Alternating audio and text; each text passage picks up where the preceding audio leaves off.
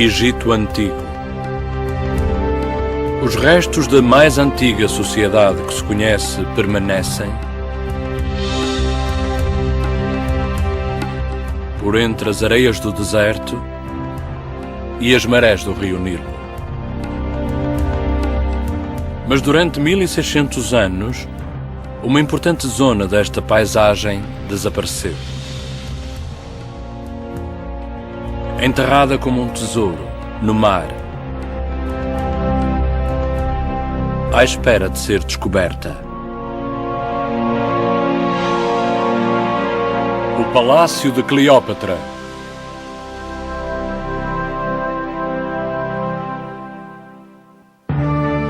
Egito.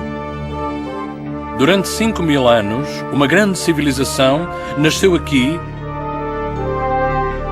e deixou um legado deslumbrante, repleto de imagens que mostram riqueza, adoração, poder e orgulho.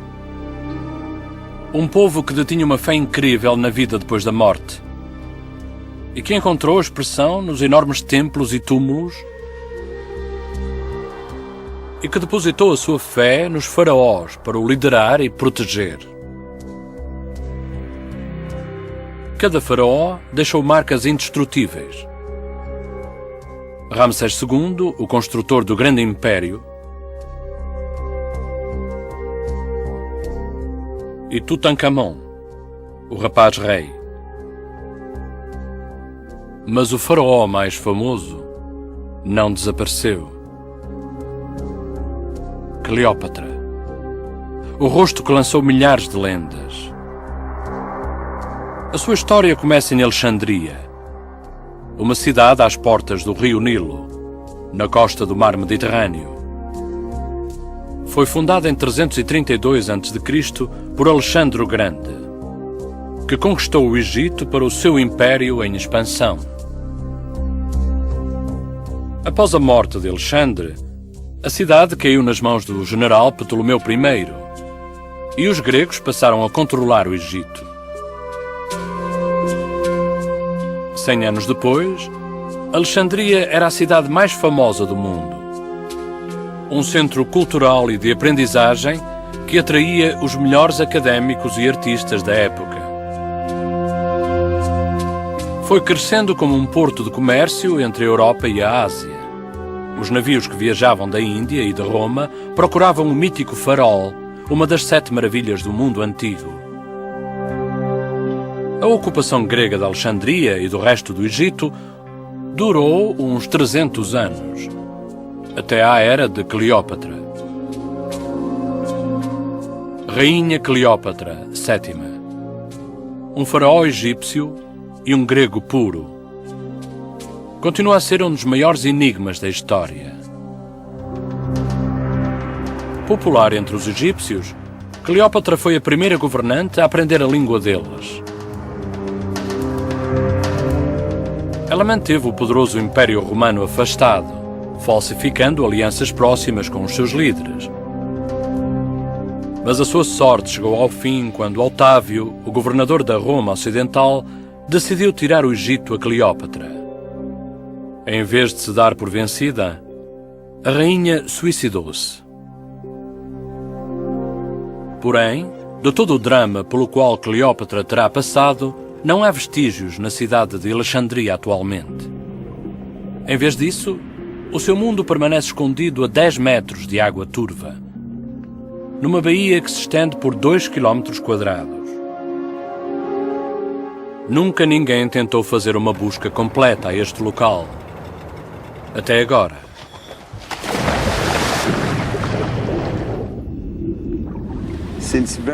Há muito tempo que eu sonho vir a este sítio, devido ao mistério deste local.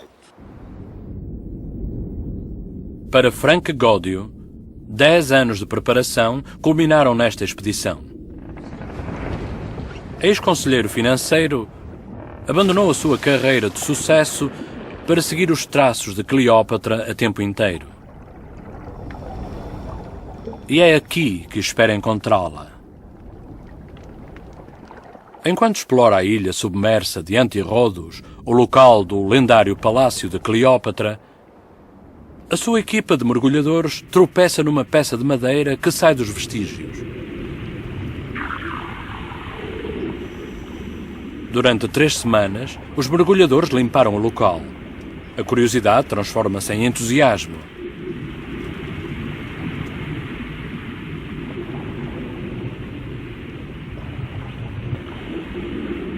São os destroços de um navio antigo com mais de 30 metros de comprimento.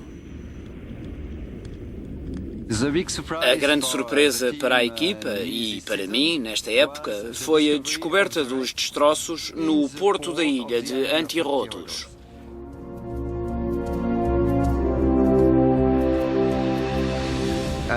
São destroços fabulosos. Estão num estado de conservação magnífico. A data registada com radiocarbono situa o navio na época de Cleópatra.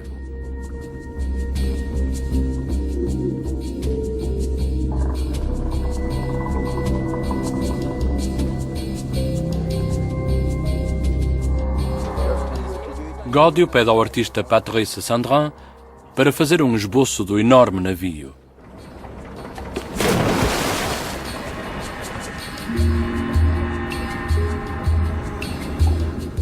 Um papel especial, à prova de água, permite-lhe fazer o rascunho.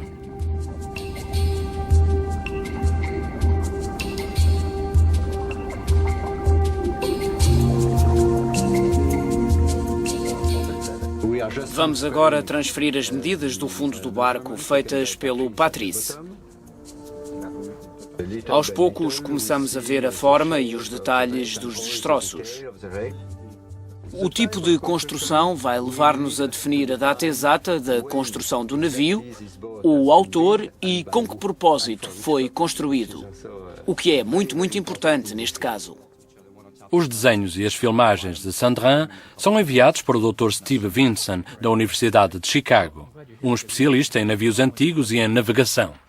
Uns bons destroços de navios antigos são sempre uma boa surpresa. Na verdade, o local onde eles estão a fazer as buscas é o fundo do navio, onde se acumulam as sujidades e porcarias. Basicamente, fica por baixo da direção do navio. Um modelo de computador ajuda o Dr. Vinson a dar vida ao navio. Como se pode ver, nem todas as armações atravessam a quilha. O desenho deu uma primeira pista, porque com ele consegui ver o aspecto geral. Temos uma linha central, a quilha, que é este membro pesado e longitudinal que começa na parte da frente do navio até à parte de trás. Para lá da quilha existem inúmeras peças que vão de um lado ao outro, às quais chamamos de costada ou de armadura. Para os padrões da altura, o navio era bastante grande, 30 metros de comprimento, com vigas muito grossas que mediam 8 metros de uma ponta à outra. Vinson acha que é um navio de carga. Se ele estava a sair do Egito, podia estar a transportar cereais. As estatísticas dizem que os navios de cereais do Egito para Roma transportavam cerca de 50.000 toneladas por ano. Um navio de carga deste tamanho podia transportar 300 toneladas de cereais ou vinho armazenados em compartimentos apertados. A riqueza do Nilo que enriqueceu Cleópatra. Terão passado de navio pelo Egito muitos bens de luxo provenientes da China, da Índia e da África subsaariana. Terão passado também seda da China, especiarias da Arábia, incensos e perfumes de África, animais exóticos e leões para devorarem os cristãos.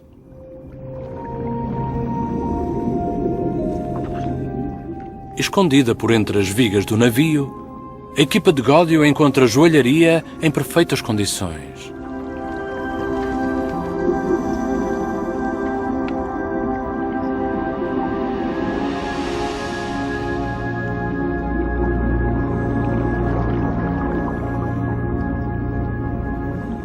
Todos os dias temos surpresas com estes vestígios.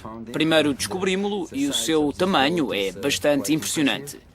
Temos também peças luxuosas, peças de muito boa qualidade. Este é o fundo de uma delicada e bonita taça. Encontramos também um gancho de cabelo em marfim.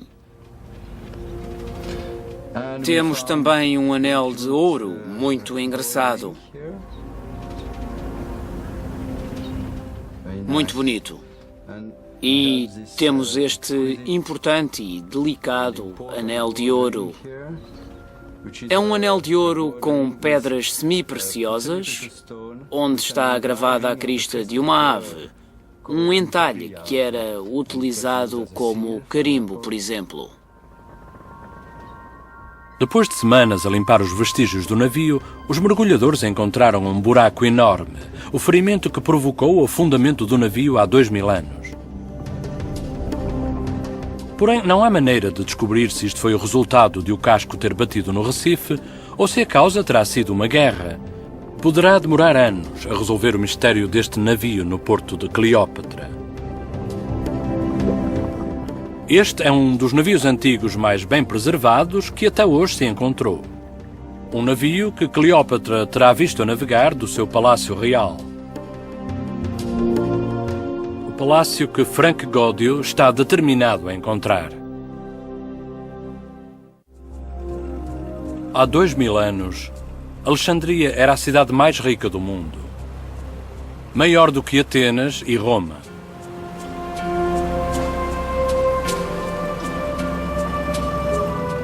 Atualmente, uma modesta frota pescatória substituiu a marinha imperial de Cleópatra.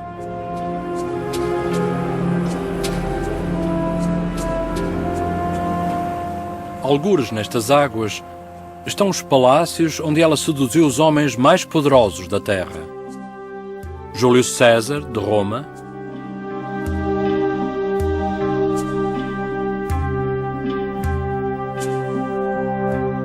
e o ambicioso Marco Antônio.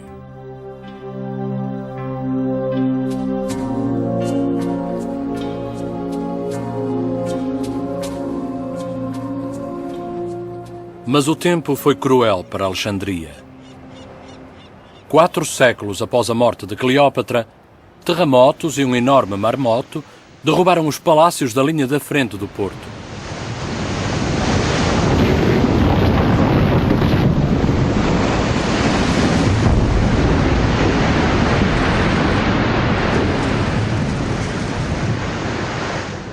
Espalhando pela baía as peças de um enorme puzzle subaquático.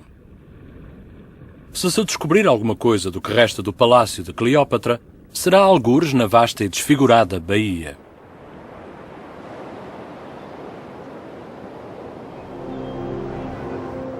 De 2 a 10 metros de profundidade, a baía tem mais de 2 quilómetros quadrados. Godio precisa de um ponto de partida para a caça ao seu tesouro. O seu único guia é uma voz tímida da antiguidade. Um autor grego que viajou até Alexandria 4 anos após a queda de Cleópatra e relatou as maravilhas que viu.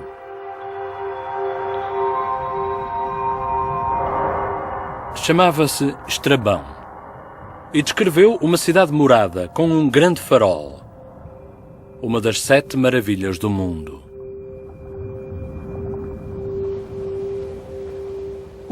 Através de Estrabão, sabemos que, à volta do porto, existiam palácios e templos.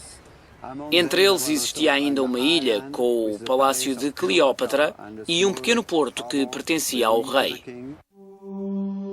Vários mapas foram feitos baseados nos relatos de Estrabão, mas apenas a exploração subaquática poderá providenciar os pormenores que ainda faltam. A visibilidade é um problema. Os mergulhadores dificilmente conseguem ver mais do que 2 metros através das águas turvas, e a mais pequena agitação desperta séculos de lodo depositado.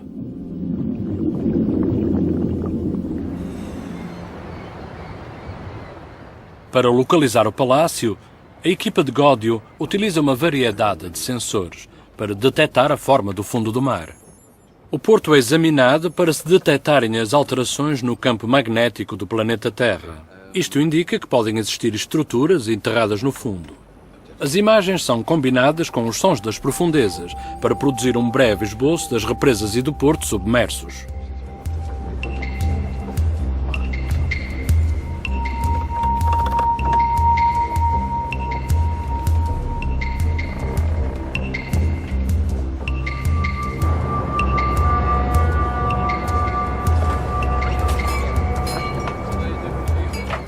Gódio reuniu uma equipa multinacional de mergulhadores e arqueólogos. A equipa de Gódio tem 8 semanas para encontrar o palácio, antes de chegar o Torre do Verão egípcio, que transforma a água num caldo impenetrável. No início, os mergulhadores têm dificuldades em identificar onde estão. Séculos de cálcio depositado cobrem indiscriminadamente rochas e ruínas com quase 1 metro de espessura.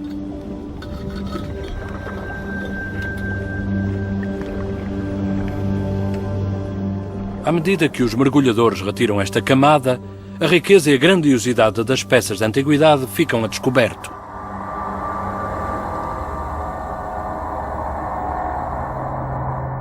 Uma estátua do deus grego Hermes.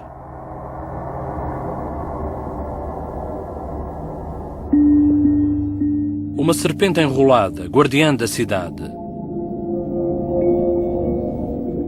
Um pássaro sagrado do Egito. A cabeça de uma imperatriz. Gódio dá aos mergulhadores uma nova peça de tecnologia, conhecida como o piano devido aos inúmeros botões negros. Isto ajuda os mergulhadores a conhecerem a sua posição através da recepção de sinais de um satélite de posicionamento global. Mas as informações do satélite só são fiáveis até 15 metros de profundidade. Gódio precisa de mais precisão.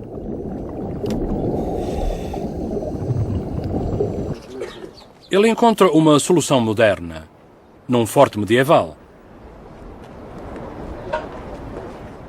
É colocado um transmissor nas torres do forte. Os sinais serão utilizados para melhorarem a calibração do piano debaixo de água.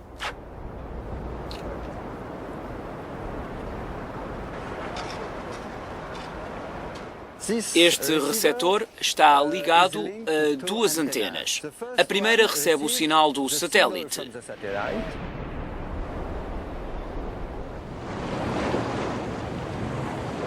A segunda recebe o sinal da nossa base, que está situada na torre. O computador encarrega-se de misturar os 2 sinais. O novo método de Gódio é 30 vezes mais preciso do que o anterior. Esta foi a primeira vez que se utilizou um sistema GPS na arqueologia subaquática e permite a Gódio e à sua equipa conhecer a longitude e a latitude exatas de cada local, com uma margem de erro de 1,5 metro. Os resultados das pesquisas com o GPS são impressionantes.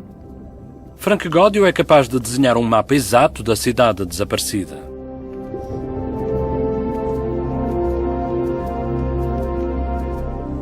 Em 1997 e 1998, depois de escavações arqueológicas, conseguimos definir com precisão os contornos e a localização das ruínas da cidade.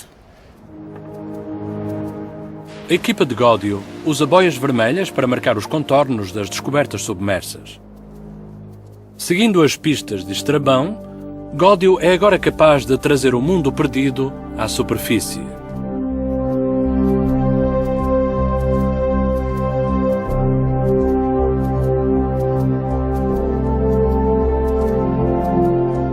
O seu mapa permite entrar no domínio da rainha.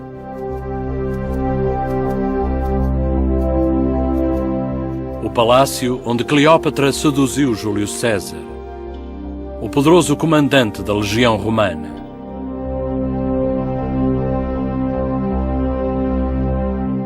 A costa, onde o seu companheiro Marco Antônio construiu um templo alguns meses antes de acabar com a sua própria vida.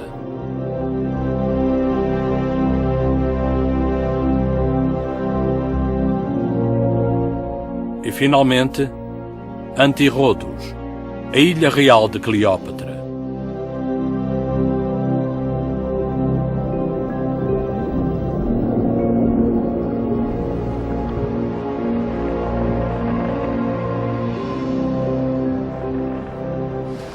Nunca pensei que um dia fosse capaz de elaborar um mapa com os locais reais.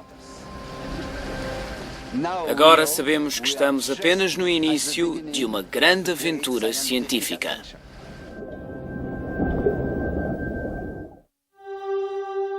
Pela primeira vez em quase 2000 anos, os palácios reais da rainha Cleópatra podem receber novos visitantes. Depois de elaborar o mapa do Porto Antigo de Alexandria, Gódio limita a sua procura à ilha submersa de Antirrodos. Depois podemos avançar com o mergulho na outra parte.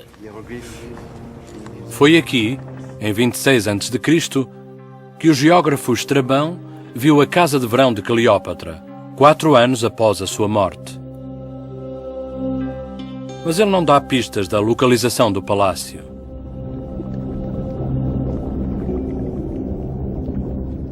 Agora compete a Gódio e aos seus mergulhadores descobrirem-no.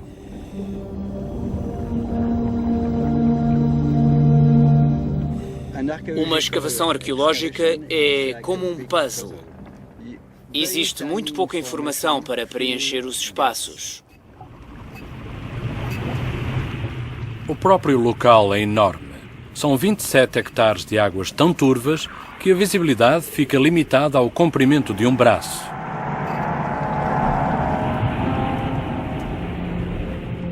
As peças que são descobertas têm de ser vistas segundo um espaço de tempo em que a vida de Cleópatra é apenas um breve momento.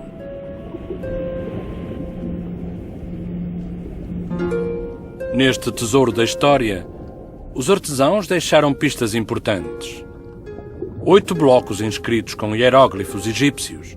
Uma informação riquíssima para o mundo dos académicos que os conseguem decifrar.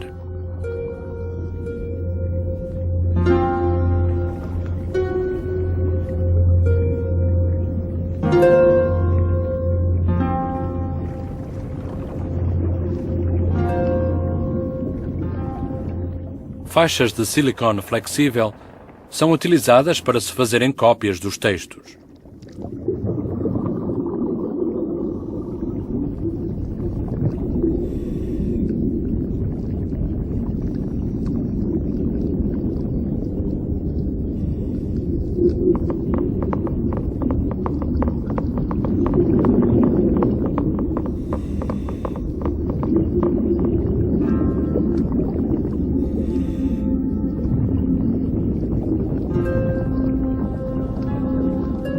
Uma das inscrições é uma dedicação a deuses cujo culto terminou cerca de 1000 anos antes do nascimento de Cleópatra.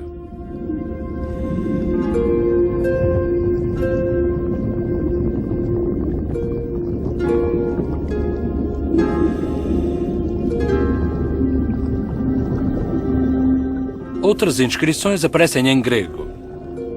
Uma placa honra um imperador que governou 2 séculos depois da morte de Cleópatra.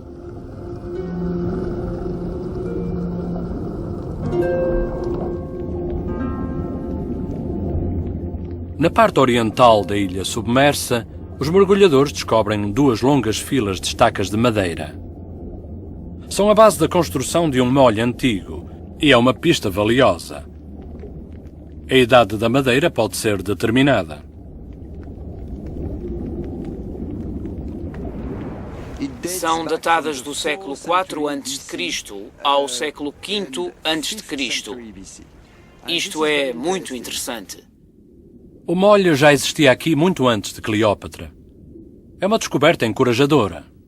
Se sobreviveu todos estes anos, é possível que o mundo de Cleópatra também tenha sobrevivido. Na altura em que Cleópatra assumiu o trono, Antirrodos era um porto próspero. O sítio ideal para o palácio de uma beleza ambiciosa e dos seus famosos amantes.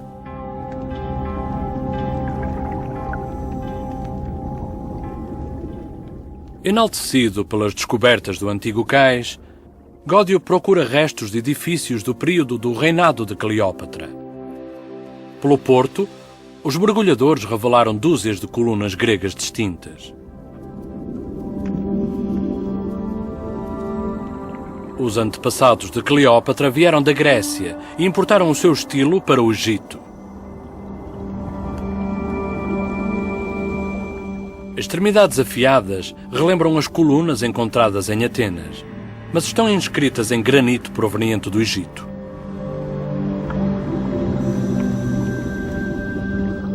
As pedras que eram colocadas no topo das colunas são decoradas com símbolos tradicionais egípcios.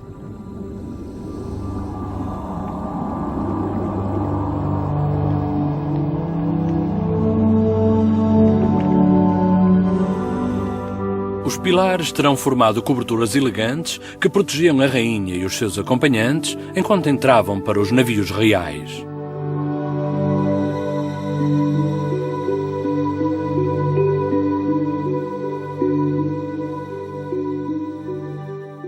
Ancorado sobre a ilha afundada de Cleópatra, Gódio persegue uma pista que é descrita apenas pelo antigo geógrafo Estrabão no ano 27 a.C.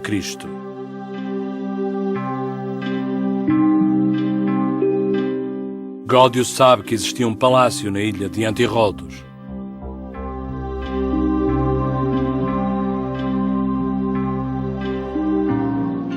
Daqui, a família real podia ver todo o porto em direção ao grande farol.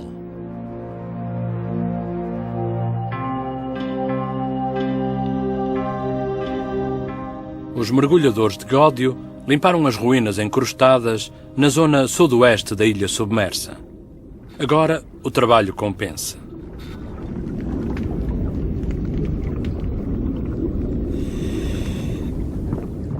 Os mergulhadores descobrem uma série de colunas gigantes talhadas de granito vermelho egípcio.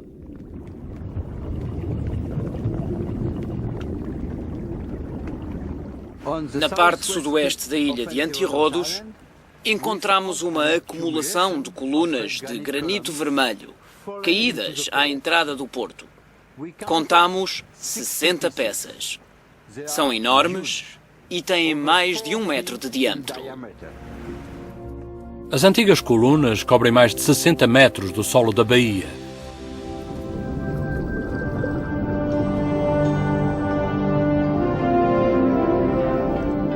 Peças de olaria partidas por entre elas sugerem que caíram durante um terremoto, séculos depois da morte de Cleópatra.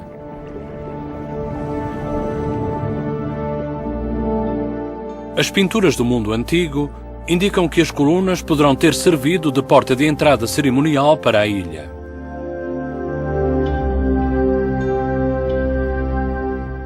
As colunas traduzem a majestosidade dos seus donos. Algumas têm mais de 7 metros de altura. Uma entrada magnífica, digna de uma rainha.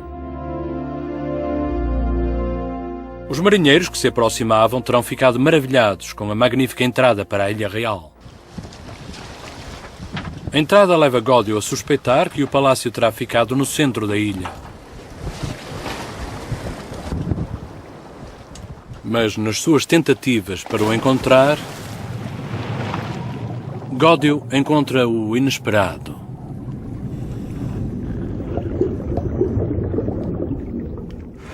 Um dia, eu estava a mergulhar sozinho na ilha de Antirrodos e a limpar um bloco de granito. Esperava encontrar alguma pista que me dissesse que eu estava no caminho certo para descobrir as ruínas do palácio de Cleópatra. Os hieróglifos no bloco de pedra revelaram uma serpente enrolada, relembrando o explorador de uma serpente lendária que acabou com a vida de uma rainha de 39 anos. Mesmo não sendo do período de Cleópatra, considerei-a um bom presságio para a minha investigação. Na inscrição pode ler-se Vida Eterna.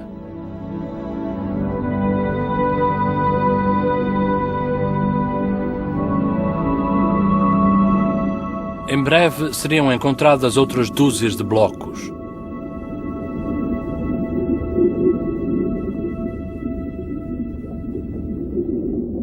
A descoberta seguinte convence a equipa de que estão no caminho certo.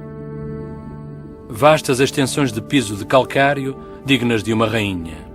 550 metros quadrados por toda a ilha, formando uma série de esplanadas à beira-mar. Foram encontradas mais colunas caídas, que parecem formar um corredor antigo que conduz presumivelmente ao palácio.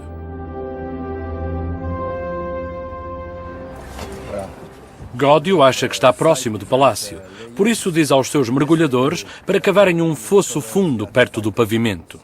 Depois teremos uma extensão de cerca de 1,20 m por explorar. Utilizando uma draga poderosa, a equipa investiga os pedaços desordenados do solo do porto. Camadas que remontam ao tempo desde o Egito moderno até à Roma imperial.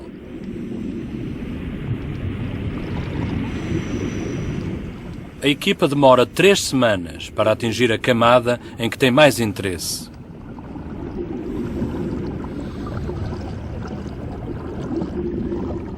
Eles trazem à superfície novos vestígios.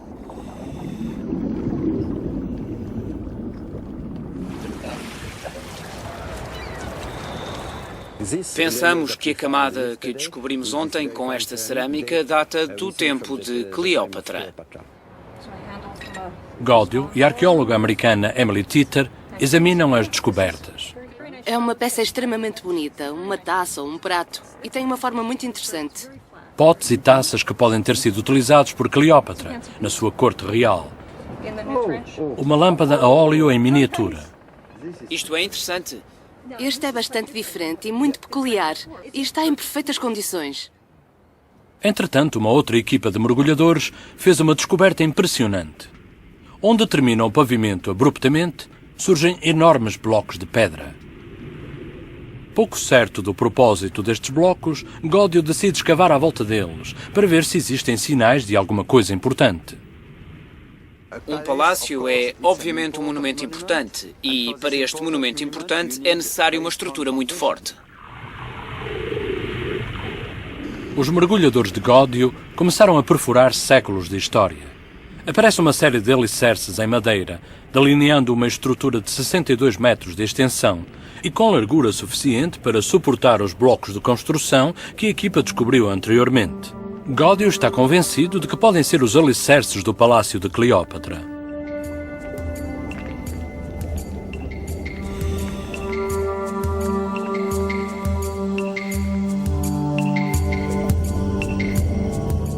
A datação da madeira indica que esta estrutura foi construída 200 anos antes do nascimento de Cleópatra. Gódio acha que este foi o palácio que Cleópatra herdou enquanto rainha.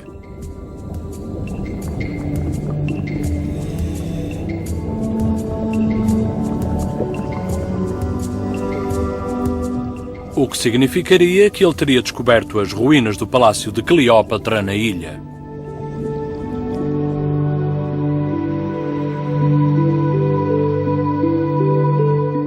Nós imaginamos que ela tenha passado algum tempo neste palácio quando Júlio César veio para Alexandria, ou mais tarde com Marco António, claro. A arte clássica oferece algumas pistas relativamente ao aspecto do palácio. Altas colunas gregas erigidas em solo egípcio e coberturas que providenciavam sombra à realeza. Mas como é que era na realidade este palácio?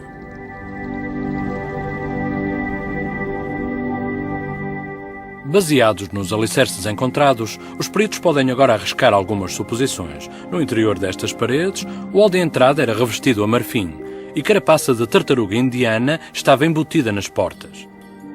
O palácio estava decorado com esmeraldas e joias reluzentes nos sofás.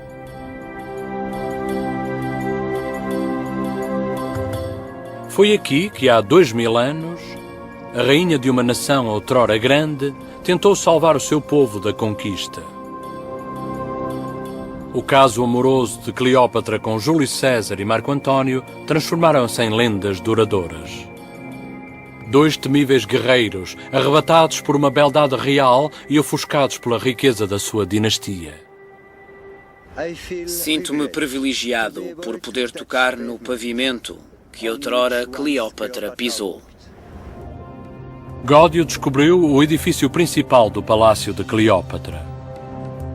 Mas sabe que a sua exploração na ilha ainda não terminou. Os mergulhadores descobriram algo invulgar ali perto. Algo que apanharia qualquer um de surpresa.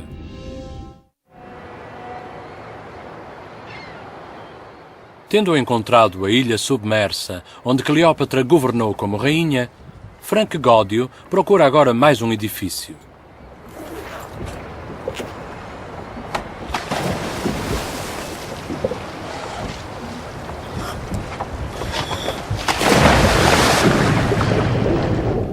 Um templo que pertencia a Cleópatra. O seu templo pessoal.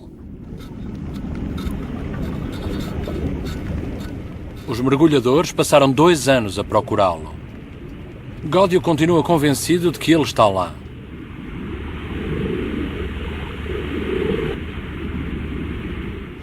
Para os egípcios, o que realmente interessava era a vida depois da morte.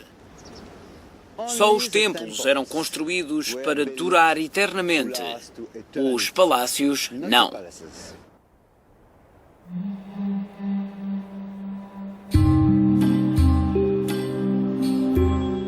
Um templo a centenas de quilómetros a sul ainda representa a imortalidade de Cleópatra. Aqui, a sua imagem funde-se com a da deusa Ísis.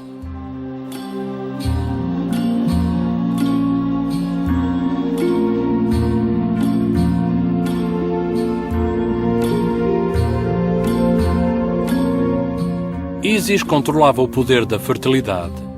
As mulheres imploravam-lhe a bênção para as suas crianças. Ela controlava o fluxo anual do rio Nilo, que era essencial para as colheitas.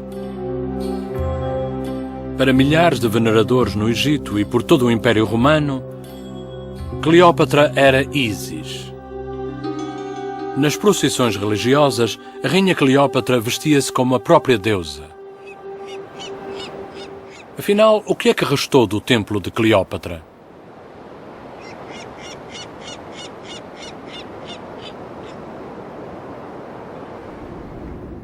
Os mergulhadores procuram próximo da costa da ilha submersa.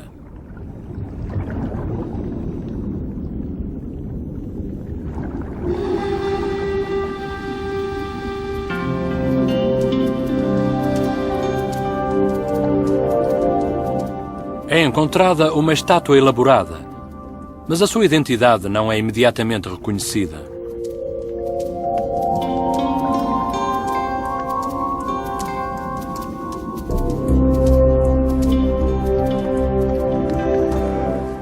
Será levada para a superfície para uma inspeção mais aprofundada. Para içar a estátua, Gódio e o engenheiro Jean-Jacques Groussard preparam um lento e cuidadoso levantamento, para evitar que a estátua se desfaça em bocados no pavimento rochoso que está por baixo.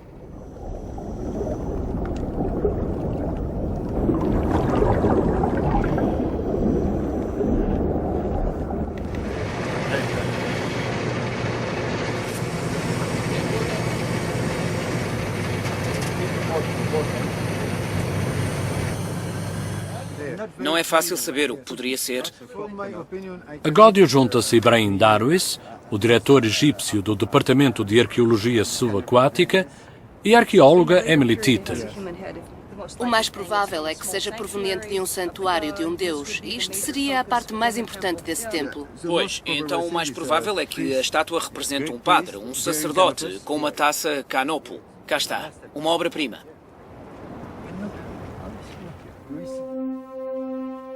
Um sacerdote dá homenagem de Cleópatra à deusa Ísis.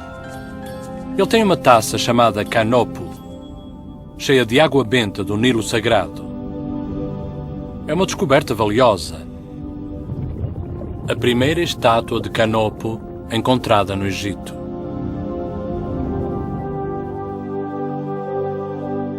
A forma da careca identifica-o como um padre que venera Ísis. O seu corpo era completamente barbeado, de 3 em 3 dias, para estar puro e para se preparar para rezar à deusa e assegurar a fertilidade do Nilo.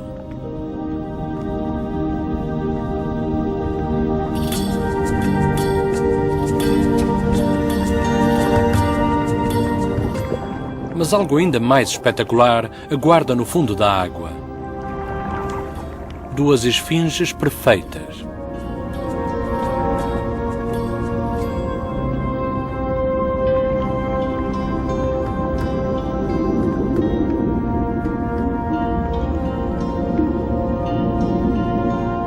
As esfinges são criaturas míticas, mas os seus rostos sustentam a aparência dos reis e das rainhas do Egito. Talvez da própria Cleópatra. Frank Godio ordena que sejam içadas ambas as esfinges, para que possam ser analisadas na totalidade.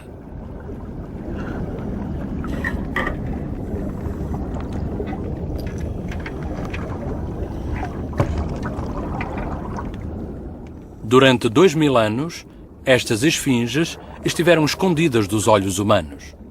Agora, durante alguns minutos agonizantes, elas sobem em direção ao céu.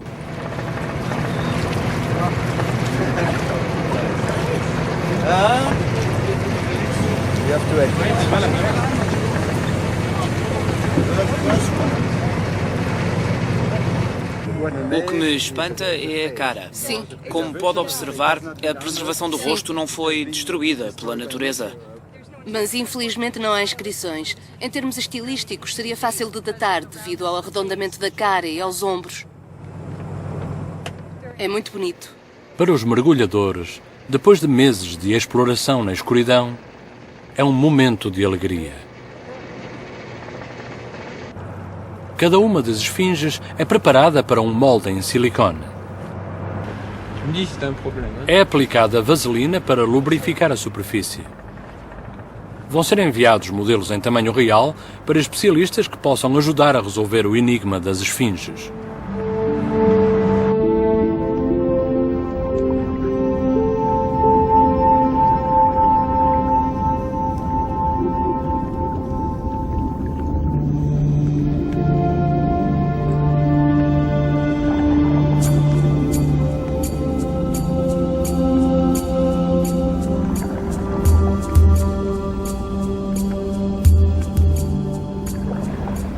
Quando faço explorações na ilha de Antirrodos, tenho a possibilidade de trazer novas informações à luz do dia, tal como a presença da esfinge com o pai. Durante o reinado de Cleópatra, as esfinges eram frequentemente usadas como guardiãs espirituais dos templos. A descoberta das esfinges num local tão próximo do padre da Taça Canopo leva a crer que Godio encontrou o templo que procurava. Estavam numa área pavimentada, perto das colunas de granito vermelho.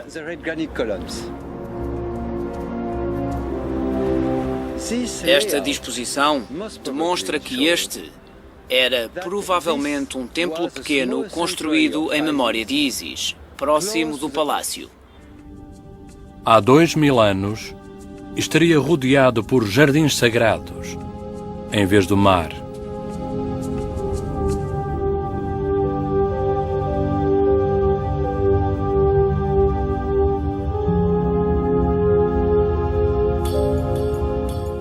Quando a deusa Ísis se transformava em humano, Cleópatra terá tido aqui algumas procissões, rituais sagrados, abençoados por padres que adoravam Ísis, purificados pelas águas sagradas do Nilo, através das taças de Canopo.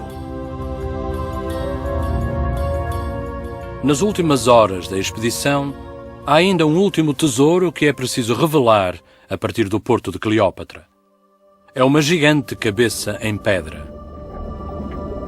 A estátua completa deveria ter pelo menos 5 metros de altura. Mas qual seria o humano que mereceria tal memorial? Existe apenas uma maneira de ter a certeza, que é trazer a estátua para a terra e analisá-la.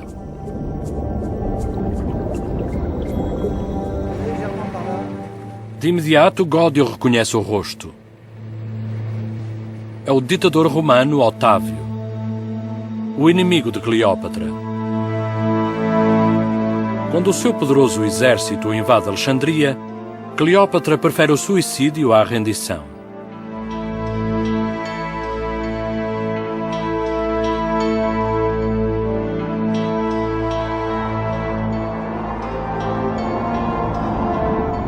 Ela foi a última rainha do Egito. E agora um poderoso romano reclama o seu reino.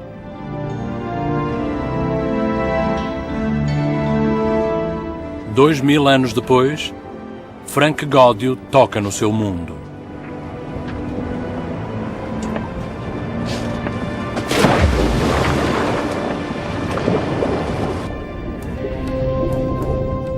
À medida que se prepara para regressar a casa, a equipa de Gódio tem uma última tarefa.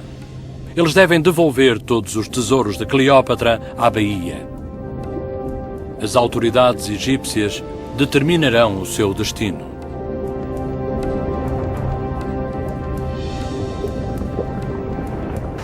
Há 10 anos, decidi empreender este importante projeto e tentar encontrar alguns vestígios da cidade submersa de Alexandria.